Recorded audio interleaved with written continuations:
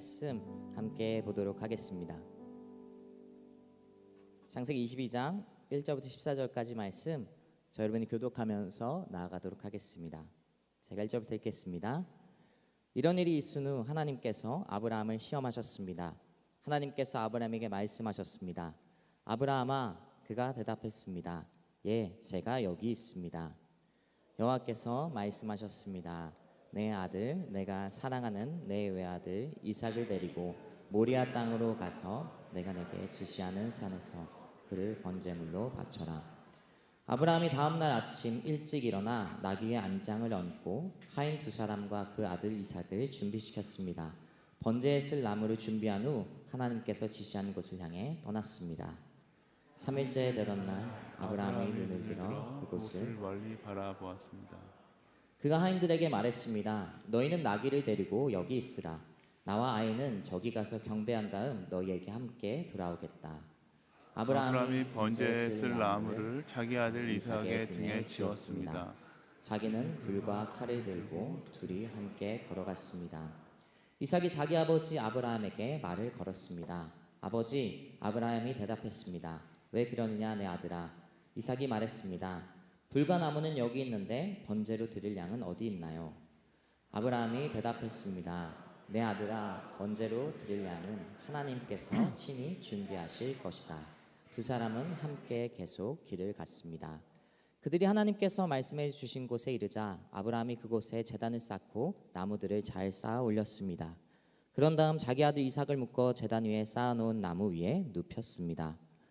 아브라함이 손에 칼을 들고 아들을 죽이려고 했습니다. 그때 여호와의 천사가 하늘에서 아브라함을 불렀습니다. 아브라함아, 아브라함아. 그가 대답했습니다. 제가 여기 있습니다. 천사가 말했습니다. 그 아이에게 손대지 마. 그에게 아무것도 하지 마라. 내가 내 아들 곧 내 외아들까지도 내게 아끼지 않았으니 이제 내가 하나님을 경외하는 것을 내가 알았노라. 아브라함이 눈을 들어 보니 수양 한 마리가 덤불에 뿔이 걸려 있었습니다. 아브라함은 가서 그 양을 잡아 자기 아들 대신 번제물로 드렸습니다. 그리고 아브라함은 그곳을 여호와 이레라고 불렀습니다. 그래서 오늘날까지도 사람들이 여호와의 산에서 준비될 것이다 라는 말을 합니다. 아멘. 오늘 이 말씀 가지고 최성익 목사님께서 말씀 선포해 주시겠습니다. 네, 안녕하세요. 우리 하나님께 영광의 박수 드리겠습니다. 네, 지금 작은 예수 40일 새벽 예배 기간입니다. 저희가 아쉽지만 하여 성령 집회 조금 일찍 끝내고 있거든요. 일찍 끝내는 것은 내일 아침에 늦잠 자라고 일찍 끝내는 것이 아니라 새벽을 깨워서 기도하는 우리 모두가 되자는 마음에서 일찍 끝내는 거니까요. 실패할지라도 새벽에 깨어나서 기도할 수 있는 우리 모두가 되기를 소망합니다. 우리 옆 사람에게 선포하겠습니다. 새벽을 깨울지어다. 아멘. 네, 제 기도하고 함께 말씀 나누겠습니다. 사랑하는 주님, 이 시간 하나님의 말씀 우리가 함께 나누길 원합니다. 이 말씀 가운데 하나님의 음성을 듣게 하시고 깨닫게 하시고 깨닫는 대로 살아갈 수 있는 용기를 우리 가운데 허락하여 주시옵소서. 사랑하는 예수님의 이름으로 기도드립니다. 아멘. 네, 저에게는 사랑하는 딸이 하나 있습니다. 네, 딸이 어렸을 때는 참 이쁘고 순종적이었고 아빠 하면 정말로 너무 행복해하는 딸이었는데 이제 나이가 들어가고 사춘기가 다가오니까 아빠와 신경전을 벌이는 일들이 많아지기 시작하는 거예요. 그런 딸을 볼 때마다 참 새로운 게 아빠한테 뭐 서운한 것이 그렇게 많은지, 아빠가 집에 가서 조용히 숨만 쉬고 있어도 서운해하고 있는 것 같다라는 생각이 들더라고요. 실제로 제가 뭘 그렇게 서운하게 했을까? 서운하게 한 것보다 행복하게 해준 게 훨씬 더 많은 것 같거든요. 뭐 집도 제가 마련해 줬죠. 먹을 것도 제가 챙겨주죠. 학교도 제가 보내주고 학원도 제가 보내주고 용돈도 제가 챙겨주는데 뭐 자기 통장에서 나가는 건 하나도 없거든요. 다 제 통장에서 나가는 거 있는데 뭐 해준 거는 없고 안 해준 것만 많은 아빠로 바라보는 것 같아서 굉장히 서운하거든요. 그래서 그 서운한 마음을 한마디라도 이야기하면 또 토라져요. 그래서 집에 들어가서 살아가는 게 살 얼음판을 걷는 것만 같습니다. 그러면서 또 원하는 건 굉장히 많아요. 아빠 이번에 시험 잘 보면 뭐 해줄 거예요? 제가 굉장히 성격이 직선적이잖아요. 그래서 내가 왜 뭘 해줘야 되지? 이렇게 이야기하면 또 서운해하고, 이런 딸과의 관계가 정말로 어려운 것 같습니다. 이해가 안 되는 네, 아멘이라고요. 네. 어쨌든 이해가 안 되는 부분이 굉장히 많은데요. 근데 그런 딸을 보면서 하나님과 저와의 관계를 또 많이 생각하게 됩니다. 하나님을 대하는 저의 태도, 우리의 태도도 이 딸의 모습과 별반 차이가 없다라는 생각이 들어요. 하나님은 우리에게 해주시는 게 너무나 많은데 우리는 항상 하나님께 서운한 것이죠. 가만히 앉아서 하나님과 계산서를 두들겨 보면 내가 하나님께 드리는 것보다 하나님께서 내게 해주시는 것이 훨씬 더 많고, 내가 존재하는 것 자체가 하나님의 은혜인데 그것을 망각하고 계속 하나님한테 이거 안 해줘서 서운해요, 이거 안 해주셔서 서운해요, 왜 저는 이거 안 해주십니까? 이렇게 서운한 이야기들을 계속 하고 있는 그런 모습을 보게 되는 것입니다. 하나님의 은혜를 망각하고 하나님을 향하여 서운함을 노래하고 있는 괘씸죄를 범하고 있는 것이죠. 우리가 그것이 굉장히 중요한 것 같아요. 우리의 신앙 가운데 하나님의 은혜를 기억하고 있는가? 하나님의 은혜를 기억한다라면 우리는 모든 것에 있어서 말씀 앞에 순종할 수밖에 없다라는 생각이 듭니다. 근데 하나님의 은혜는 기억하지 못하고 정작 내가 한 것, 내가 주님께 드리는 것, 나 주님 위해서 화요성령 집회도 나왔고 새벽 예배도 드리고 있고 말씀 묵상도 하고 있고, 제가 이야기하고 있는데 뭔가 이상하지 않습니까? 화요성령 집회도 주님을 위해 나온 것도 아니고 새벽 예배도 주님을 위해 나오는 것도 아니고 말씀 묵상도 주님을 위해 하는 게 아니라 다 나를 위해 하는 건데, 어느 순간 나도 모르게 내가 주님을 위해 이걸 해드렸으니까 나에게 뭔가를 해주셔야 한다라는 괘씸죄를 범하고 있는 것이죠. 우리 삶 가운데 매 순간 가운데 하나님께 무언가를 요구하기 이전에 나는 오늘 하나님의 은혜를 기억하고 있는가? 그리고 그 은혜를 기억하고 있다라면 우리는 오늘 내게 주어진 말씀 앞에 순종하는 삶을 기쁨으로 살아갈 수 있지 않을까라는 생각을 해봅니다. 오늘 본문을 보면 이 하나님과의 관계에서 이 중요한 은혜를 망각하지 않고 하나님의 말씀 앞에 순종하는 사람, 바로 믿음의 조상이라고 이야기하는 아브라함에 대한 이야기가 나옵니다. 아브라함에 대한 흑역사도 굉장히 많지만 이 아브라함을 믿음의 조상이라고 이야기할 수 있었던 가장 큰 사건이 바로 오늘 우리가 읽은 창세기 22장의 사건인 것이죠. 아브라함에게는 100세에 얻은 사랑하는 아들이 있습니다. 그리고 그 아들은 거저 얻은 것이 아니라 100세의 아들을 얻었다는 것 자체가 하나님의 약속 가운데 하나님께서 기적적으로 선물로 주셨다라는 것을 알 수 있습니다. 아브라함이 얼마나 애지중지하게 이삭을 키웠겠어요? 그런데 갑자기 하나님께서 아브라함에게 굉장히 어려운 명령을 하는 장면이 나옵니다. 1절과 2절 말씀 함께 읽어볼까요? 시작. 이런 일이 있은 후 하나님께서 아브라함을 시험하셨습니다. 하나님께서 아브라함에게 말씀하셨습니다. 아브라함아, 그가 대답했습니다. 예, 제가 여기 있습니다. 여호와께서 말씀하셨습니다. 내 아들, 내가 사랑하는 내 외아들 이삭을 데리고 모리아 땅으로 가서 내가 내게 지시하는 산에서 그를 번제물로 바쳐라. 아멘. 정말로 뜬금없이 아브라함에게 하나님께서 아들 이삭, 근데 오늘 말씀을 보니까 하나님께서 그냥 아들 이삭 이렇게 안 하시고 아주 정확하게 아브라함의 마음을 후벼 파듯이 이야기하시기를 네가 사랑하는, 그리고 너의 외아들 이삭을 데리고 가서 번제물로 바쳐라. 하나님도 이게 얼마나 힘든 명령인지 알고 계시는 거예요. 너가 사랑하는, 그리고 하나밖에 없는 너의 외아들을 번제물로 바쳐라 라고 말씀하십니다. 그리고 이 하나님의 명령에는 다른 이유도 없고 다른 설명도 없습니다. 그냥 아브라함에게 주어진 하나님의 명령이에요. 이 명령도 아마 굉장히 확실한, 우리가 하나님의 음성을 듣는 것 같아 이런 희미한 음성도 아니고 굉장히 명확한 하나님의 음성으로 아브라함에게 다가왔을 겁니다. 그런데 이 명령 앞에 아브라함이 어떤 태도를 취하고 있는가, 그 태도를 통해서 오늘 설교의 제목처럼 진정한 순종이 무엇인지, 주권을 인정하는 순종이 무엇인지를 알 수 있습니다. 우리가 이 장면에서 알 수 있는 순종의 정의가 그거죠. 진정한 순종은 하나님의 주권을 인정하는 것이다 라는 것입니다. 물론 아브라함의 입장에서 본다라면 이 상황은 이해가 되지 않는 상황이에요. 하나님의 의도도 조금도 알 수 없는 너무나 뜬금없는 상황입니다. 근데 믿음이라는 것이 무엇입니까? 그 상황에 대한 이해를 바탕으로 믿는 것이 말씀이 이야기하고 있는 믿음이 아닙니다. 내가 이해했고 내가 납득해서 믿겠습니다. 그게 믿음이 아니다라는 것입니다. 말씀이 이야기하고 있는 믿음의 주체는 무엇인가? 상황이 아니라 언제나 하나님이시다라는 것을 우리가 기억해야 돼요. 그리고 한 가지 확실한 것은 우리가 믿는 하나님은 단 한 번도 틀린 적이 없으시다라는 것입니다. 내가 믿는 하나님의 하나님 되심을 인정하는, 하나님은 틀리지 않으시다라는 그 믿음의 고백으로부터 진정한 순종이 시작될 수 있다라는 것이죠. 믿을만 하니까 계산해 보니까 가능성이 있어서 하는 것은 순종이 아니라 투자고 이해고 납득인 것입니다. 믿음이라는 것은 상황을 넘어서서 하나님을 신뢰함으로 묻지 않고 고하는 것, 그게 바로 순종이고 믿음인 것입니다. 근데 많은 사람들이 이 순종 앞에서 여전히 이해하기를 노력합니다. 먼저 이 상황을 분석하려고 해요. 그리고 이 순종을 통해서 어떤 일들이 일어날지 계산하기 시작합니다. 그래서 말씀 앞에 순종해야 된다는 것을 알지만 순종하기 전에 자꾸만 머뭇거리는 자신을 발견하게 되는 것입니다. 오늘 설교의 제목처럼 하나님의 주권, 하나님의 오르심을 인정하는 사람은 때로는 하나님께서 왜 이 일을 명령하시는지 이유를 알 수 없지만 당신이 옳기에, 당신이 옳을 것을 알기에 순종하겠습니다 고백하고 순종하며 나아가는 것이죠. 말씀대로 살아가는 우리의 삶이 그렇습니다. 때로는 말씀과 현실이 너무나 동떨어진 것처럼 느껴질 때가 있어요.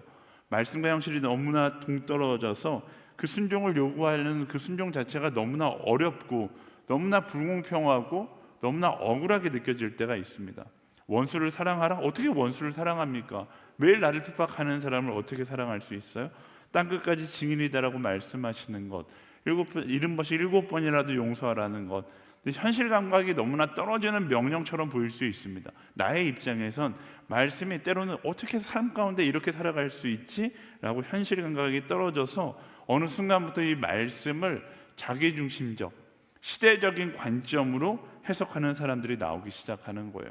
근데 그게 문제가 되어서 점점 교회가 변질되어지고 그리스도인의 삶이 변질되어 가는 것이죠.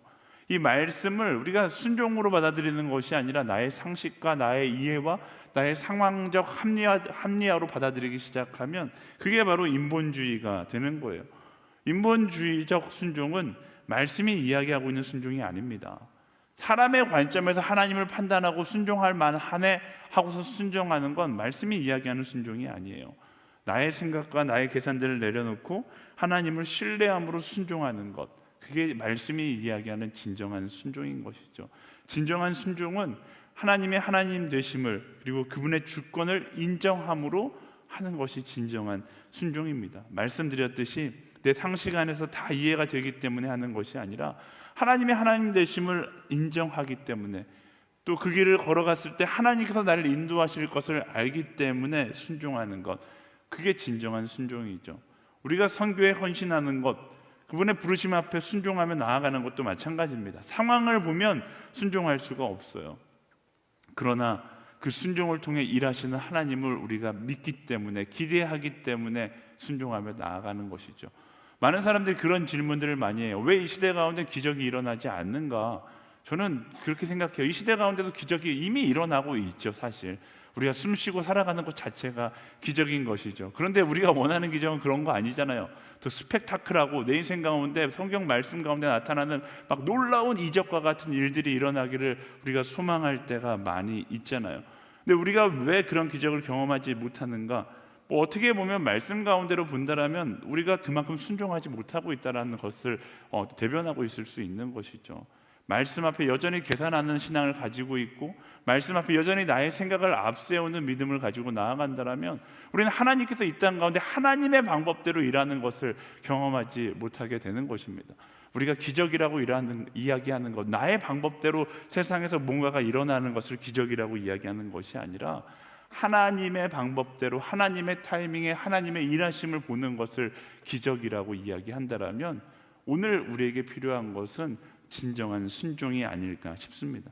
바른 순종이 있어야 내 삶 가운데 일하시는 하나님을 경험할 수 있게 되는 것입니다.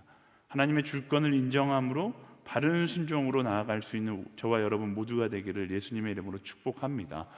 말씀 가운데 아브라함은 그렇게 순종했습니다.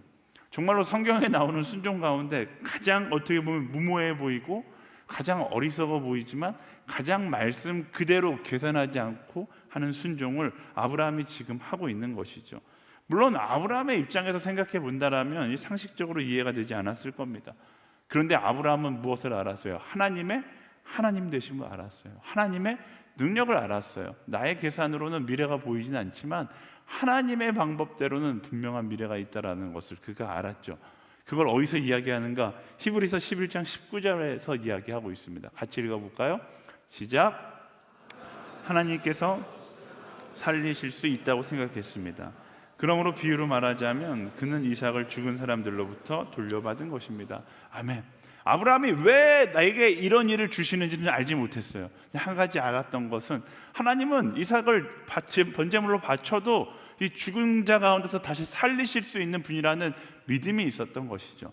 상황에 대한 분석이 있었던 것이 아니라 하나님에 대한 믿음이 있었기 때문에 그가 온전한 순종을 할 수 있었고, 또 그 순종을 통하여 다시 한번 하나님의 하나님 되심을 경험하게 되었던 것이죠. 근데 이 아브라함의 순종의 모습 가운데 놀라운 장면들이 많이 있습니다. 3절 말씀 읽어볼까요? 3절 말씀 시작. 아브라함이 다음날 아침 일찍 일어나 나귀의 안장을 얹고 하인 두 사람과 그 아들 이삭을 준비시켰습니다. 번제에 쓸 나무를 준비한 후 하나님께서 지시한 곳을 향해 떠났습니다. 아멘. 말씀은 2절과 3절 사이에 시간을 놓지 않아요. 2절 때 하나님께서 명령하셨고 3절 되니까 뭐라고 이야기하는가? 아브라함이 전혀 고민하지 않고 다음날 아침 일찍 일어나 순종함으로 나아갔다라고 이야기하고 있습니다. 아브라함의 순종은 고민하지 않는 순종이었어요. 저는 이 아브라함의 순종의 모습이 순종의 매우 중요한 포인트라고 생각합니다. 우리는 주시는 부르심 앞에서, 말씀 앞에서 본능적으로 나도 모르게 습관적으로 이런 대답을 해요. 조금 더 생각해 보겠습니다. 조금 더 기도해 보겠습니다. 틀린 말 아니죠. 근데 생각하고 심사숙고하고 더 기도하는 건 나쁘지 않아요. 그런데 제가 인간적으로 경험해 보면 내가 조금 더 생각해 보겠다라고 이야기하고 조금 더 기도해 보겠다라고 이야기한 다음에 우리는 어떤 과정들을 많이 경험해요? 나의 생각이 하나님의 음성보다 점점 더 커져가는 것을 경험할 때가 굉장히 많습니다. 제가 선교사 콜링할 때 항상 이야기하는, 이 자리에서 결단하십시오 이렇게 이야기하거든요. 많은 사람들이 좀 며칠 시간을 가지고 기도해 봐야 되지 않는가, 고민해 봐야 되지 않는가. 저는 그 순서가 잘못됐다고 생각해요. 부르시면 결단하면 되는 거예요. 그런데 우리는 고민해 보겠다 이야기하고 기도해 보겠다 이야기하면서 조금씩 나의 염려와 고민으로 하나님의 부르심을 덮어 나가는 것이죠. 제가 화요성령 집회 때도 정말로 많이 이야기했는데, 순장을 콜링할 때, 리더를 콜링할 때 제가 항상 이야기하는 얘기지만 전화해서 이번 텀에 같이 순장합시다, 같이 리더합시다 라고 이야기하면, 요즘에 좀 덜한 것 같아요. 하도 자주 이야기하니까 목사님 이렇게 이야기하실 줄 알았어요 이러면서 이제 많이 순종하는데, 예전에는 똑같아요. 좀 더 기도해 보겠습니다, 조금 더 생각해 보겠습니다. 저는 목회를 시작하면서 순장을 콜링할 때마다 이 말이 잘 이해가 되지 않아요. 네, 순장이라는 것은 기쁨으로 섬길 수 있는 그 자리인데, 기도하면 하나님께서 너 순종하지 마라 이렇게 말씀하실까? 아니잖아요. 답은 뭐 이렇게 너무 잔인하게 이야기할 수 있지만 답은 정해져 있는 건데, 내가 생각해 보겠다, 내가 기도해 보겠다라는 것 자체가 어쩌면 하나님의 음성을 듣기보다 내 안에 당신을 설득할 수 있는 하지 말아야 될 이유를 찾아보겠습니다 라는 답으로 드릴 때가 너무나 많은 거죠. 사랑하는 여러분, 부르심 앞에서, 때로는 말씀 앞에서 고민은 순종이 아니라 합리화하는 시간이 되어서 찾아올 때가 너무나 많다라는 겁니다. 고민은 하면 할수록, 고민이 깊어지면 깊어질수록 하나님의 음성은 작아지고 내 계산은 커지게 되어 있어요. 결단하세요. 그리고 그 결단으로부터 시작하는 하나님의 일하심을 경험하는 거예요. 이제 저희가 6월이 되면 카운트다운 하잖아요. 이 카운트다운 얼마나 정말로 이 부르심에 순종하는 사람의 끝판을 보여줍니다. 카운트다운 하면 저희 마지막 순서가 뭐예요? 지금 매번 하지만 마지막 순서는 선교사 콜링이에요. FA 가자, 뭐 TP 선교사 하자. 그러면 정말로 어마어마하게 많은 사람들이 결단을 합니다. 가겠습니다. 그리고 그 결신서를 받아들일 때 제 마음 가운데 얼마나 뿌듯함이 있는지, 하나님 나라가 이렇게 확장되는구나. 근데 놀라운 건 다음 날 한 사람 한 사람 전화해서 물어보면 조금만 더 고민해보고 조금만 더 기도해보고 이런 이야기 많이 하거든요. 똑같이 이야기해요. 고민과 기도는 내가 하나님의 음성을 듣고자 하는 시간일 수 있지만 그걸 부정하는 건 아니에요. 근데 너무나 많은 사람들이 그 고민과 기도의 시간을 나의 생각, 나의 계산으로 하나님의 계획을 덮는 데 사용한다라는 것입니다. 우리는 그 어리석음을 내려놓고 아브라함 같이 순종하며 나아가는 거예요. 아브라함이 괜히 믿음의 조상이라고 불리는 것이 아닙니다. 그는 순종해야 될 상황에서 계산하지 않고 즉시 순종했어요. 여러분, 그런 막 의지가 느껴지지 않습니까? 물론 아브라함도 이삭 바치고 싶지 않았겠죠. 그러나 내가 여기서 머뭇거리고 주저하면 나는 하나님의 부르심 앞에, 명령 앞에 순종하지 못할 것을 자각한 아브라함, 다음날 아침 일찍 일어나 즉시 순종함으로 나의 마음을 흔들 나의 생각 자체를 아예 막아버리는 거예요. 이런 아브라함의 순종의 모습이 우리 안에 있어야 하는 것입니다. 거기서 끝나지 않아요. 이 다음 장면에 보면 아브라함의 순종의 절정인 장면이 나오는데, 저는 개인적으로 이 상황을 묵상하면서 그 상황을, 감정을 이입하면서 묵상하는 걸 굉장히 좋아하거든요.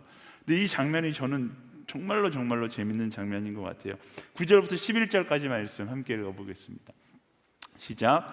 그들이 하나님께서 말씀해 주신 곳에 이르자 아브라함이 그곳에 제단을 쌓고 나무들을 잘 쌓아 올렸습니다.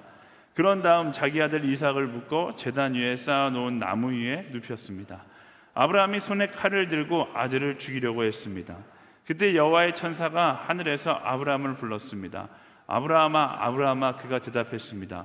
제가 여기 있습니다. 그 부르심 앞에 아침 일찍 짐을 싸서 모리아산까지 3일 걸리는 길인데 딱 3일 걸려서 도착했어요. 그리고 거기서 잠깐 쉬었다가 떠나는 아들의 모습을 보면서 아들과의 마지막 작별 인사라도 해야지, 이런 게 아니에요. 그냥 짐을 싸서 다른 사람들 다 놔두고 이삭과 함께 모리아산에 올라가서 제단을 쌓습니다. 일사천리로 아브라함이 막 진행을 하는 거예요. 제가 말씀드렸잖아요. 조금이라도 내가 고민하면 나의 마음이 흔들릴 것을 알기 때문에 일사천리로 계속 달리는 거예요. 그리고 제단을 다 쌓은 후에 아브라함이 손에 칼을 들고 아들을 죽이려고 합니다. 근데 이 장면에서 굉장히 주목할 만한 장면이 나와요. 여러분 생각해 보세요. 이삭을 제단에 눕혀놓고 아브라함이 칼을 들어서 이삭의 목을 치려고 해요. 근데 그때 하나님께서 아브라함을 부르세요. 어떻게? 아브라함아 이렇게 부르셨을까요? 말씀해 보세요. 말씀을 보시면 아브라함아 이렇게 부르지 않고, 성경에 이런 장면이 별로 안 나타나요. 아브라함, 아브라함 이렇게 부르세요. 뭐예요? 내가 지금 이렇게 급하게 말리지 않으면 이 아브라함이 사고를 칠 거라는 그 하나님의 긴장감이 바로 이 장면에서 느껴지는 것이죠.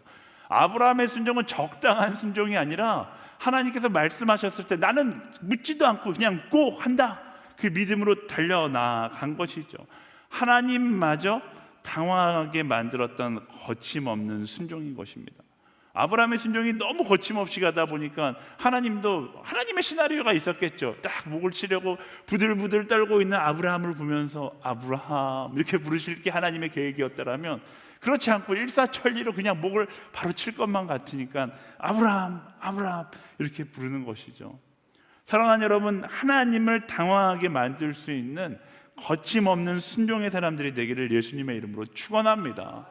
여러분의 인생 가운데 순종의 여정을 걸어갔을 때 때로는 나의 순종이 하나님의 계획보다 더 막 앞서가서 하나님께서 여러분의 이름을 2번 부를 수 있는 그런 믿음의 사람의 순종이 우리의 순종이 될 수 있게 되기를 예수님의 이름으로 축원합니다.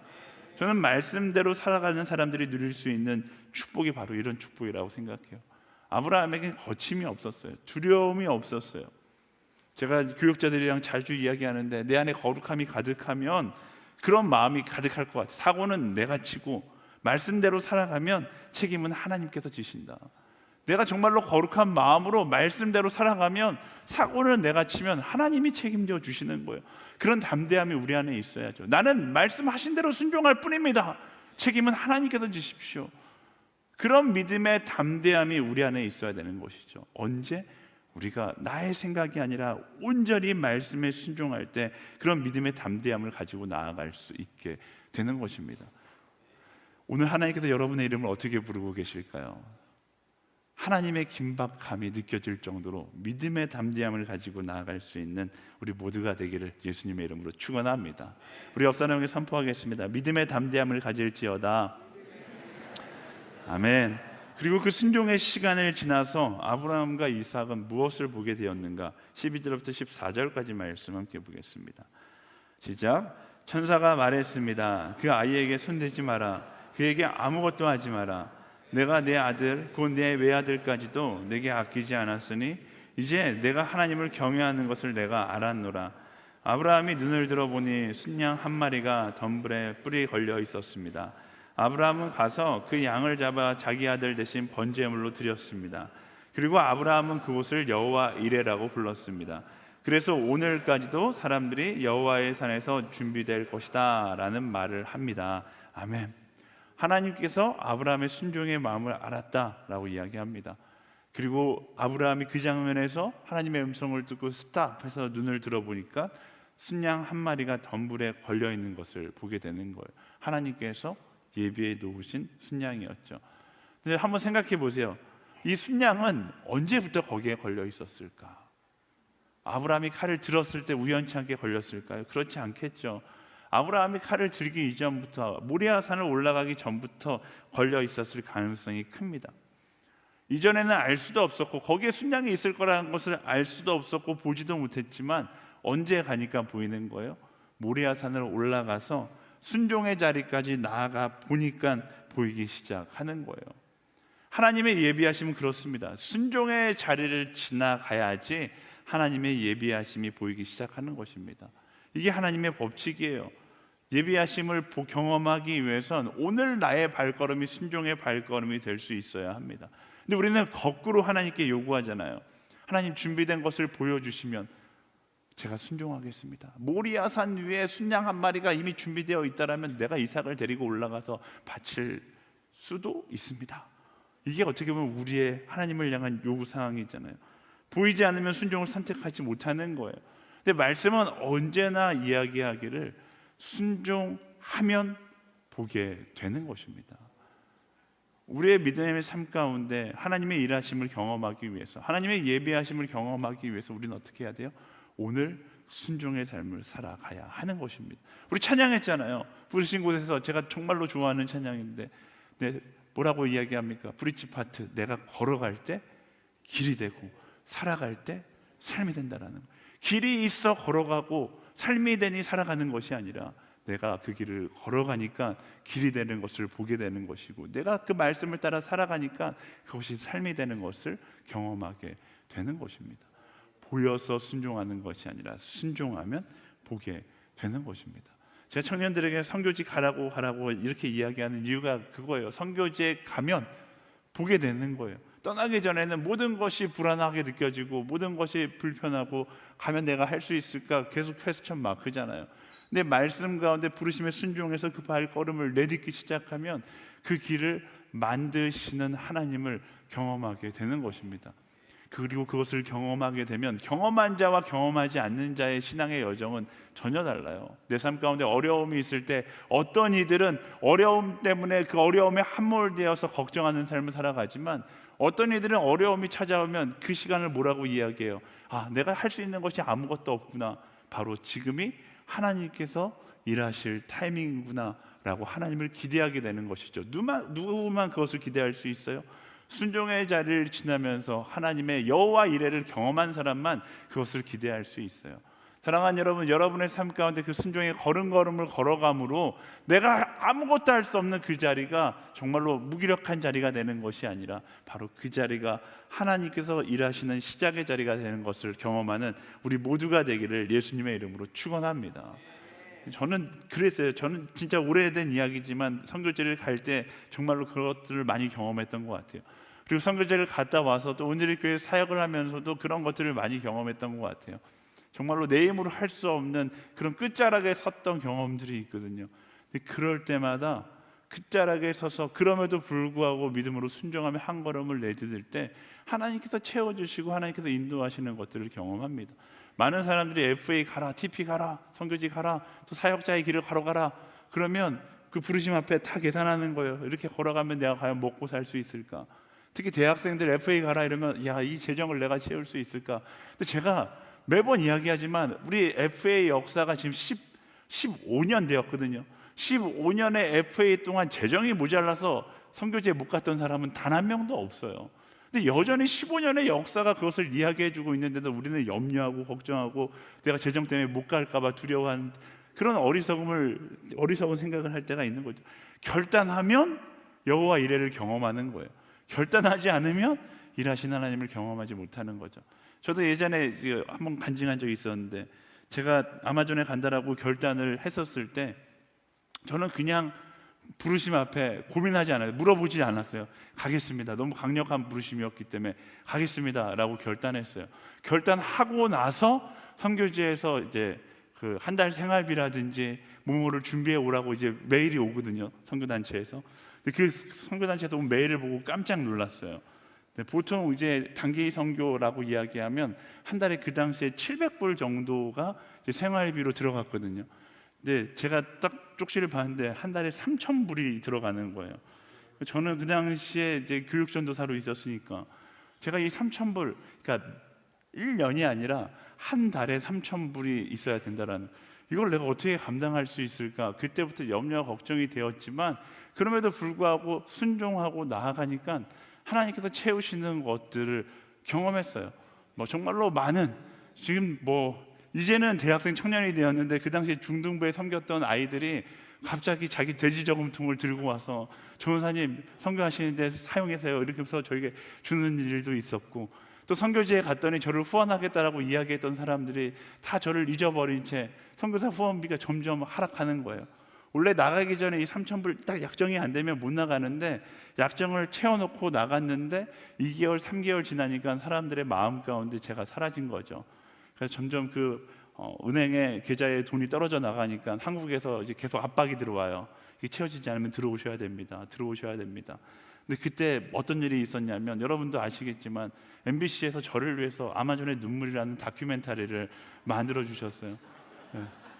그래서 아마존에 제가 있다라는 얘기가 그때 다시 모든 사람들의 귀에 들어가서 다시 후원금이 이전보다 더 많이 채워졌던 그런 경험들도 하게 되는 거예요. 어려움도 많았죠. 하지만 그 어려움들을 통해서 더 얻게 되는 건 여호와 이레, 그 어려움의 자리에 서 있으니까 하나님께서 예비하신다라는 것을 경험하게 되는 것이죠. 사랑하는 여러분, 어려움 앞에 두려워서 그 길을 걸어가지 못하는 것이 아니라 여러분들에게 주어진 그 어려움 앞에 더 말씀대로 순종하는 스텝을 걸어갈 때 우리는 아브라함이 경험했었던 여호와 이레의 하나님을 경험하게 되는 것입니다. 누구만? 그 순종의 길을 걸어가 본 사람만 여호와 이레를 경험하게 되는 거예요. 오늘 여러분들의 가는 그 길이 순종의 걸음걸음이 되기를 예수님의 이름으로 축원합니다. 우리 옆 사람에게 선포하겠습니다. 순종의 걸음을 걸어갈지어다. 아멘. 네, 말씀을 정리하겠습니다. 아브라함의 순종의 모습을 통해서 순종에 대해 함께 나누었습니다. 세 가지 메시지를 나누었는데요. 진정한 순종은 하나님의 주권을 인정하는 것이다. 순종할 만한 상황이기 때문에 순종하는 것이 아니라 내가 믿는 하나님이시기 때문에 순종하는 것입니다. 상황은 순종할 수 없는 상황이라 할지라도 내가 믿는 하나님께서 이 상황 가운데 인도하시고 이 상황을 만드시고, 아니 온 우주를 창조하셨는데 무엇을 두려워하겠습니까? 가능성을 재는 것이 아니라 하나님의 주권을 인정함으로 순종할 수 있는 우리가 되기를 소망합니다. 두 번째, 부르심 앞에 고민하지 않는 순종을 하십시오. 아브라함의 이름이 2번 불렸던 것처럼 거침없이 고민하지 말고 한 번 내가 말씀대로 살아가기를 결단했다라면 하나님께서 나의 이름을 2번 부를 때까지 거침없이 달려가면 되는 것입니다. 부르심 앞에서 말씀에 순종할 그 자리 앞에서 고민하면 어떻게 된다고요? 나의 생각과 나의 염려가 하나님의 음성을 덮어버리는 거예요. 고민할수록 하나님의 음성은 작아지고 내 계산은 커지게 되는 것입니다. 아니요, 그렇지 않아요. 고민하지 마세요. 사고는 내가 치고 책임은 그가 진다. 이 마인드를 가지고 거침없이 순종의 여정을 걸어갈 수 있게 되기를 소망합니다. 세 번째 메시지는 순종의 자리를 지나야 하나님의 예비하심이 보인다라는 거예요. 하나님께서 예비하심을 보여줄 테니까 순종해라가 아니라 우리가 그 순종의 걸음걸음을 걸어가면 하나님의 예비하심을 보게 되는 것입니다. 그 하나님의 예비하심을 경험하는 우리 모두가 되기를 예수님의 이름으로 축원합니다. 오늘도 우리를 부르신 하나님께 감사와 영광의 박수 함께 돌리겠습니다. 네, 우리 함께 찬양하고 기도하기를 원하는데요. 네, 전능하신 나의 주 하나님은 말씀의 순종함으로 나아갔을 때 제자들이 경험했었던 그 놀라운 기적, 말씀에 순종하면서 나아갔을 때 아브라함이 경험했었던 하나님의 예비하심, 그리고 오늘 우리가 말씀에 순종하며 나아갔을 때 우리를 위해 예비하신 하나님의 놀라운 능력, 그것을 소망하며 그것을 기대하며 함께 찬양하도록 하겠습니다.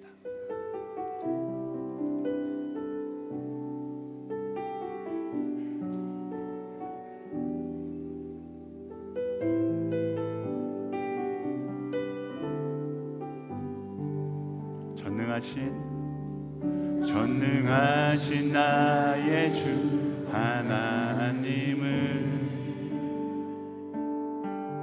능치 못하실 일 전혀 없네.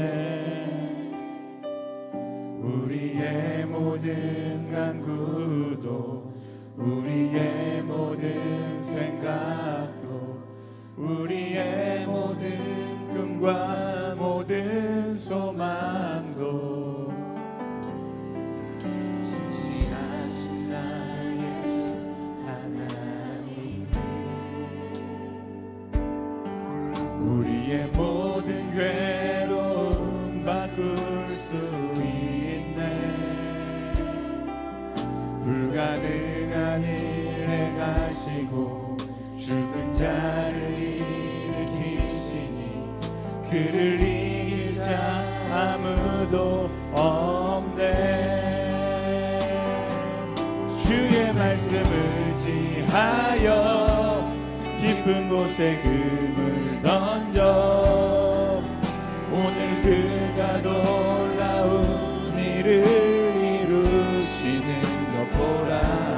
주의 말씀 의지하여 믿음으로 금을 던져 믿는 자에게 능치 못함 없네. 우리 다 같이 자리에서 일어나서 전능하신 나의 주, 전능하신 나의 주 하나님은 능치 못하실 일 전혀 없네. 우리의 모든 간구도 우리의 모든 생각도 우리의 모든 꿈과 모든 소망도 진실하신 나의 주 하나님은 우리의 모든 괴로움 바꿀 수 있네. 불가능한 일 행하시고 죽은 자를 일으키시니 그를 이길 자 아무도 없네. 아멘. 그렇습니다. 주의 말씀 의지하여 깊은 곳에 금을 던져 오늘 그가 놀라운 일을 이루시는 것 보라. 주의 말씀 의지하여 믿음으로 금을 던져 믿는 자에게 능치 못함 없네. 주의 말씀 의지하여 주의 말씀 의지하여 깊은 곳에 금을 던져 오늘 그가 놀라운 일을 이루시는 것 보라. 주의 말씀 의지하여 믿음으로 금을 던져 믿는 자에게 능치 못함. 우리 한 번 더 고백합시다. 주의 말씀 의지하여 주의 말씀 의지하여 깊은 곳에 금을 던져 오늘 그가 놀라운 일을 이루시는 것 보라. 주의 말씀 의지하여 믿음으로 금을 던져 믿는 자에게 능치 못함 없네. 우리 시간 함께 기도하며 나아갈 때 하나님, 아브라함의 순종이 우리의 순종의 모습이 되게 하여 주시옵소서. 상황을 보고 그럴싸해서 순종하는 것이 아니라 나의 하나님을 내가 신뢰하기에 오늘 그 순종의 걸음걸음을 걸어가는 우리 모두가 되게 하여 주시옵소서. 하나님의 주권을 인정하는 자, 하나님 오늘 절망의 상황 가운데서도 말씀을 붙잡고 순종하는 한 걸음 한 걸음을 걸어가게 하여 주시옵소서. 우리 주여 한번 부르짖고 함께 기도하며 나아가겠습니다. 주여